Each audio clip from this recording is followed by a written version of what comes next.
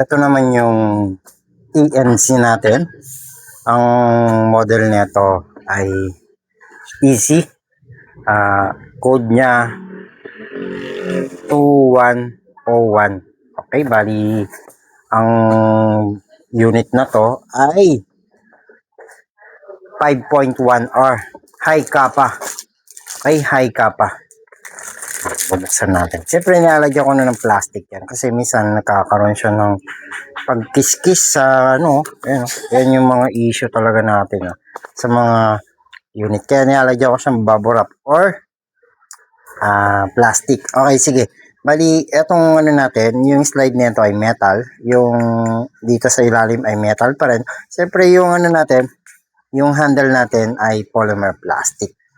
Okay, bali, napakaganda niyan. Yung barrel natin ay silver.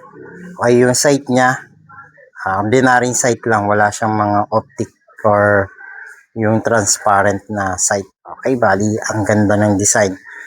Yan. Yung magazine nito, capacity niya ay nasa 29 rounds or 29 pieces bullet ang pwede nyo ilagay. Yan. Yan yung ano niya. OPSMRP. Okay, yan.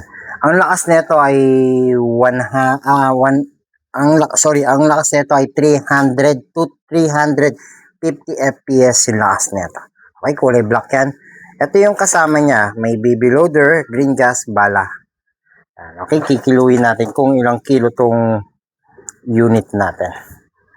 Okay, sa mga interesado, pwede kayong mag-direct message. Wala tayo COD ng ating mga unit. Mabigat-bigat din siya.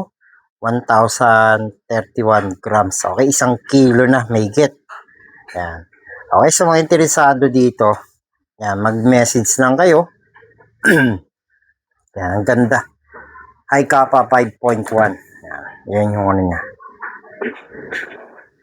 Okay, sa mga siyempre, yung issue natin, merong mga pagkikiskisan sa mga karton yan. Kung hindi ko ginagamit din yung mga unit natin ng gas type. Siyempre, nilalagyan natin ng ng plastic yan. Pag pag naripak na, may bubble wrap din yan.